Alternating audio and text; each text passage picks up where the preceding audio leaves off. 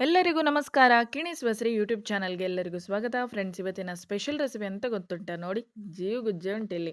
ಹಾಗೆ ದೊಡ್ಡದಾಗಿರುವಂಥ ಜೀವಗುಜ್ಜೆದ್ದು ಒಂದು ಸುಕ್ಕ ಮಾಡುವ ಅಂತ ಹೇಳಿ. ಜೀವಗುಜ್ಜೆದ್ದು ಆಲ್ರೆಡಿ ರೆಸಿಪೀಸ್ ತುಂಬ ಶೇರ್ ಮಾಡಿದ್ದೇನೆ. ಸಾಂಬಾರ್ ಇರ್ಬೋದು, ಅದೇ ರೀತಿ ತವಾ ಫ್ರೈ, ರವಾ ಫ್ರೈ ಅಂತೆಲ್ಲ ಹೇಳಿ ಶೇರ್ ಮಾಡಿದ್ದೇನೆ. ಹಾಗೆ ಇವತ್ತು ಇದರದ್ದು ಸುಕ್ಕ ಮಾಡ್ತಾ ಇದ್ದೇನೆ. ಸೂಪರ್ ಆಗಿರ್ತದೆ. ಅದು ಕೂಡ ನುಗ್ಗೆಕಾಯಿ ಹಾಕಿಬಿಟ್ಟು. ವಿಡಿಯೋವನ್ನು ಶುರು ಮಾಡುವ ಅದಕ್ಕಿಂತ ಮೊದಲು ಕಿಣಿಸ್ ಬಸ್ರಿ ಫಸ್ಟ್ ಟೈಮ್ ನೋಡೋದಾದರೆ ದಯವಿಟ್ಟು ಚಾನಲನ್ನು ಸಬ್ಸ್ಕ್ರೈಬ್ ಮಾಡಿ.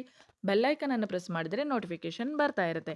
ನೋಡಿ, ಇಲ್ಲಿ ಜೀವಗುಜ್ಜೆ ಸುಕ್ಕ ಮಾಡಲಿಕ್ಕೆ ಜೀವಗುಜ್ಜೆಯನ್ನು ಫಸ್ಟ್ ಕಟ್ ಮಾಡಿ ಇಟ್ಕೊಂಡಿದ್ದೇನೆ. ಹಾಗೆ ಮಸಾಲೆಗೆ ಒಂದು ಸಣ್ಣ ಪ್ಯಾನಲ್ಲಿ ಸ್ವಲ್ಪ ಕೊಬ್ಬರಿ ಎಣ್ಣೆ 2 ಸ್ಪೂನಷ್ಟು ಹಾಕಿ ಅದರಲ್ಲಿ 1 ಸ್ಪೂನಷ್ಟು ಉದ್ದಿನಬೇಳೆ, 2 ಸ್ಪೂನಷ್ಟು ಕೊತ್ತಂಬರಿ ಬೀಜವನ್ನು ಹಾಕಿ ಸ್ವಲ್ಪ ಕೆಂಪಗೆ ಹುರ್ಕೊಳ್ಬೇಕು.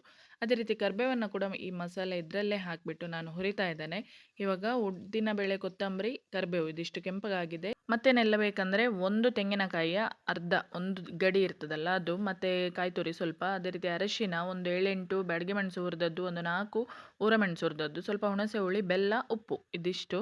ಈಗ ಮೊದಲಿಗೆ ಮಿಕ್ಸಿ ಜಾರಿಗೆ ಹುರಿದಂಥ ಬ್ಯಾಡಗಿ ಮೆಣಸು, ಹಾಗೆ ಬೆಲ್ಲ, ಹುಣಸೆ ಹುಳಿ, ಉಪ್ಪು, ಕಾಯಿ ತುರಿ, ಅರಶಿನ ಇದೆಲ್ಲ ಹಾಕ್ಕೊಳ್ತೇನೆ ನಾನಿಲ್ಲಿ. ಊರಮೆಣಸು ಇದು ಕೂಡ ಇಲ್ಲ. ಆದರೆ ಹುರಿದಂಥದ್ದು ಅದನ್ನು ಸಪ್ರೇಟಾಗಿ ಇಡ್ತಾ ಇದ್ದೇನೆ. ಉದ್ದಿನಬೇಳೆ ಮತ್ತು ಕೊತ್ತಂಬರಿ ಕೊನೆಯಲ್ಲಿ ಹಾಕಿ ಸ್ವಲ್ಪ ಅದನ್ನು ತರ್ತರಿಯಾಗಿ ರುಬ್ಬಿದರೆ ಸಾಕು. ಇದಕ್ಕೆ ಸ್ವಲ್ಪ ನೀರು ಹಾಕಿಬಿಟ್ಟು ಸ್ವಲ್ಪ ತರ್ತರಿ ರುಬ್ಕೊಂಡಿದ್ದೇನೆ. ಇವಾಗ ಕೊನೆಯಲ್ಲಿ ನೋಡಿ, ಉದ್ದಿನಬೇಳೆ, ಕೊತ್ತಂಬರಿ, ಕರಿಬೇವು ಹುರಿದದ್ದು ಇದನ್ನು ಹಾಕಿಬಿಟ್ಟು, ಈ ಮಸಾಲೆ ಸುಕ್ಕದ್ದಲ್ವ ಹಾಗೆ ತರ್ತರಿಯಾಗಿರ್ತದೆ. ಹಾಗೆ ಇಲ್ಲಿ ಇವಾಗ ತರ್ತರಿ ಮಸಾಲೆ ರುಬ್ಕೊಂಡು ತರ್ತೇನೆ. ಈ ಕಡೆಯಿಂದ ಬಾಣಲೆಯಲ್ಲಿ ಒಂದು 2-3 ಸ್ಪೂನಷ್ಟು ಕೊಬ್ಬರಿ ಎಣ್ಣೆ, ಅದರಲ್ಲಿ 1 ಸ್ಪೂನಷ್ಟು ಸಾಸಿವೆಯನ್ನು ಒಗ್ಗರಣೆಗೆ ಇಟ್ಟಿದ್ದೇನೆ. ಸಾಸಿವೆ ಪಟಪಟ ಆದ ಕೂಡಲೇ ಇಲ್ಲಿ ಕರಿಬೇವನ್ನು ಸ್ವಲ್ಪ ಕ್ರಷ್ ಮಾಡಿಬಿಟ್ಟು ಹಾಕ್ತಾ ಇದ್ದೇನೆ. ಅದೇ ರೀತಿ ಇದಕ್ಕೆ ನಾನಿಲ್ಲಿ ಸ್ವಲ್ಪ ನುಗ್ಗೆಕಾಯನ್ನು ಹಾಕಿ ಸುಕ್ಕ ಮಾಡ್ತಾ ಇದ್ದೇನೆ ಹೇಳಿದೆ ಅಲ್ಲ. 2 ನುಗ್ಗೆಕಾಯನ್ನು ಈ ರೀತಿ ಚೆಂದ ಮಾಡಿ ತೊಳೆದು ಕಟ್ ಮಾಡಿ ಇಟ್ಕೊಂಡದ್ದು, ಇದನ್ನು ಕೂಡ ಹಾಕಿ ಸ್ವಲ್ಪ ಫ್ರೈ ಮಾಡ್ಕೊಳ್ತೇನೆ. ಜೂಗುಜ್ಜೆ ಮೊನ್ನೆ ದೀವಿ ಹಲಸು ಮತ್ತು ಬಟಾಣಿ ಗಶಿಯಲ್ಲಿ ನಿಮಗೆ ಸಿಪ್ಪೆ ತೆಗೆದು ಯಾವ ರೀತಿ ಕಟ್ ಮಾಡೋದು ಅಂತ ಡೀಟೇಲ್ ಆಗಿ ತೋರಿಸಿದ್ದೇನೆ. ಹಾಗೆ ಇವತ್ತು ಇನ್ನೊಮ್ಮೆ ಅದನ್ನು ಮಾಡಿ ವಿಡಿಯೋವನ್ನು ಲೆಂತಿ ಮಾಡಲಿಕ್ಕೆ ನನಗೆ ಇಷ್ಟ ಇಲ್ಲ. ಹಾಗೆ ನುಗ್ಗೆಕಾಯಿ ಸ್ವಲ್ಪ 1-2 ನಿಮಿಷಗಳ ಕಾಲ ಎಣ್ಣೆಯಲ್ಲಿ ಸ್ವಲ್ಪ ಫ್ರೈ ಮಾಡಿಕೊಂಡ್ರೆ ಆಯಿತು. ಇವಾಗ ಒಂದು 2-3 ಹಸಿಮೆಣಸಿನಕಾಯಿಯನ್ನು ಉದ್ದಗೆ ಸ್ಲೈಸ್ ಮಾಡಿಬಿಟ್ಟು ಹಾಕ್ತಾ ಇದ್ದೇನೆ. ಇದು ಅಂದರೆ ನಾವು ಬೆಲ್ಲ ಹಾಕಿದ್ದೇವಲ್ಲ ಸ್ವಲ್ಪ, ಅದಕ್ಕೋಸ್ಕರ ಹಸಿಮೆಣಸಿನಕಾಯಿಯನ್ನು ಕೂಡ ಆ್ಯಡ್ ಮಾಡ್ತಾ ಇದ್ದೆ. ಇದು ಕೂಡ ಸ್ವಲ್ಪ ಫ್ರೈ ಮಾಡ್ಕೊಂಡ್ಮೇಲೆ ನಾವು ಕಟ್ ಮಾಡಿ ನೀರಲ್ಲೇ ಹಾಕಿಟ್ಟಂಥ ಈ ಜೀಗುಜ್ಜೆ ದಿವಿ ಹಲಸಿದೆಯಲ್ವ, ಇದನ್ನು ಇವಾಗ ಹಾಕ್ತಾ ಇದ್ದೇನೆ. ದಿವಿ ಹಲಸನ್ನು ಕಟ್ ಮಾಡಿ ನೀರಲ್ಲೇ ಹಾಕಿಡಿ, ಯಾಕಂದರೆ ಅದು ಕಪ್ಪಗಾಗ್ಬಿಡುತ್ತೆ ಕೂಡಲೇ. ಹಾಗೆ ಇದು ಸಣ್ಣ ಸಣ್ಣ ಇಷ್ಟು ಹೋಳುಗಳಾದರೆ ಸಾಕು. ಇದನ್ನು ಹಾಕಿ ಸ್ವಲ್ಪ ಈ ಒಗ್ಗರಣೆಯಲ್ಲಿ ಚೆಂದ ಮಾಡಿ ಮಿಕ್ಸ್ ಮಾಡ್ಕೊಳ್ಳಿ. ಸುಕ್ಕ ಅಂದರೆ ಸುಕ್ಕ ಭಾರಿ ಒಳ್ಳೆಯದಾಗ್ತದೆ. ಹೊರಗೆ ಹೇಗೂ ಇವಾಗ ಜೋರು ಮಳೆ, ಗಂಜಿ ಊಟನೋ ಇಲ್ಲ ಏನಾದರೂ ಟೊಮೆಟೊ ಸಾರೆಲ್ಲ ಮಾಡಿದರೆ ಇದೊಂಚೂರು ಸುಕ್ಕ ಇದ್ದರೆ ಸೂಪರ್ ಆಗಿರ್ತದೆ. 2-3 ದಿನ ಇಟ್ಟರಿಗೆ ಏನಾಗೋದಿಲ್ಲ.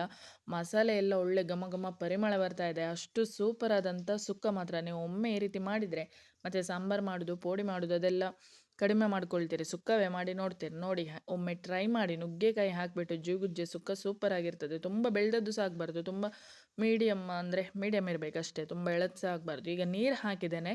ನೀರು ಹಾಕಿಬಿಟ್ಟು ಸ್ವಲ್ಪ ಇದು ಬೇಯ್ತಾ ಬರಲಿ. ಇದು ಸ್ವಲ್ಪ ಬೆಂದ ಮೇಲೆ ನಾವು ಇದಕ್ಕೆ ಮಾಡಿರುವಂಥ ತರಿ ಮಸಾಲೆ ಇದೆಯಲ್ವ ಅದನ್ನು ಹಾಕಿಬಿಟ್ಟು ಚೆಂದ ಮಿಕ್ಸ್ ಮಾಡಿಕೊಳ್ಳುವ. ಫ್ರೆಂಡ್ಸ್, ನೀವೆಲ್ಲರೂ ನನಗೆ ತುಂಬ ಸಪೋರ್ಟ್ ಮಾಡ್ತಾ ಇದ್ದೀರಿ. ನಿಮ್ಮೆಲ್ಲರ ಸಪೋರ್ಟ್ಗೆ ನನಗೆ ತುಂಬಾ ಖುಷಿಯಾಗುತ್ತೆ. ಹಾಗೆ ಡೈಲಿ ವಿಡಿಯೋ ಹಾಕುವ ಅಂಥೇಳಿ ಒಂದು ಅನಿಸುವಂಥದ್ದು. ಅದಕ್ಕೋಸ್ಕರ ಏನಾದರೂ ಮಾಡಿ ಒಂದು ಸಣ್ಣ ವಿಡಿಯೋ ಆದರೂ, ಶಾರ್ಟ್ ವಿಡಿಯೋ ಆದರೂ ಮಾಡಿ ನೋಡಿ. ನಿಮ್ಮ ಜೊತೆ ನಾನು ಶೇರ್ ಮಾಡ್ತಾ ಇದ್ದೇನೆ. ಹಾಗೆ ನಿಮಗೆ ಖಂಡಿತ ವೀಡಿಯೋಸ್ ಎಲ್ಲ ಇಷ್ಟ ಆಗಿದ್ದಲ್ಲಿ ಒಂದು ಲೈಕ್ ಕೊಡಬೇಕಾಯ್ತಾ. ಅದೇ ರೀತಿ ನಿಮ್ಮ ಫ್ರೆಂಡ್ಸ್, ರಿಲೇಟಿವ್ಸ್ ಜೊತೆ ಎಲ್ಲ ಶೇರ್ ಮಾಡಿ ವೀಡಿಯೋಸ್ ಲಿಂಕ್ಗಳನ್ನು. ಹಾಗೆ ತುಂಬ ಜನ ಸಬ್ಸ್ಕ್ರೈಬ್ ಮಾಡಿ, ವೀಡಿಯೋಸ್ ಮಾತ್ರ ನೋಡೋದಲ್ಲ ಸಬ್ಸ್ಕ್ರೈಬ್ ಕೂಡ ಮಾಡಿ ಅಂತ ಹೇಳಿ ಕೇಳ್ಕೊಳ್ತೇನೆ. ನೋಡಿ, ಇವಾಗ ಮಸಾಲೆ ಎಲ್ಲ ಹಾಕಿ ಒಂದು ಚೆಂದ ಮಾಡಿ ಮಿಕ್ಸ್ ಮಾಡ್ಕೊಳ್ಬೇಕು. ಆಮೇಲೆ ಇದನ್ನು ಸ್ವಲ್ಪ ಹೊತ್ತು ಪ್ಲೇಟನ್ನು ಮುಚ್ಚಿಟ್ಟು ಬೇಯಿಸ್ಕೊಳ್ಳುವ. ಆವಾಗ ಚೆಂದ ಬೆಂದಿರ್ತದೆ. ಜೀಗುಜ್ಜೆ ಒಳ್ಳೆ ಅಂದರೆ ಫಾಸ್ಟ್ ಬೇಗ ಬೇಯುವಂಥದ್ದು ಅದು. ನಮಗೆ ಅರ್ಜೆಂಟ್ ಎಲ್ಲಾದರೂ ಹೋಗಲಿಕ್ಕಿದ್ರೆ ಎಲ್ಲ ಬೆಳಿಗ್ಗೆ ಬೇಗ ಎಂತಾದರೂ ಮಾಡಬೇಕಂತಾದರೆ, ಸಾಂಬಾರೆಲ್ಲ ಮಾಡಿಟ್ಟೇ ಹೋಗಬೇಕಂತಾದರೆ ನನ್ನ ಅಂಥವರು, ನೀವು ಜೀಗುಜ್ಜೆ ಎಲ್ಲ ಸಿಗುವ ಟೈಮಲ್ಲಿ ಜೀಗುಜ್ಜೆದು ಮಾಡಿದರೆ ಒಳ್ಳೆಯದು. ಅಂದರೆ ಬೇಗ ಬೇಯ್ತದಲ್ಲ, ಹಾಗೆ ತುಂಬ ಟೈಮ್ ತಗೊಳ್ಳೋದಿಲ್ಲ. ನುಗ್ಗೆಕಾಯಿ ಕೂಡ ಒಗ್ಗರಣೆಯಲ್ಲಿ ಸ್ವಲ್ಪ ಹುರಿಯೋದ್ರಿಂದ ಮತ್ತು ನೀರು ಹಾಕಿಬಿಟ್ಟು ಬೇಯಿಸ್ಲಿಕ್ಕೆ ಇಡೋದ್ರಿಂದ ಅದು ಕೂಡ ಬೇಗ ಬೇಯ್ತದೆ.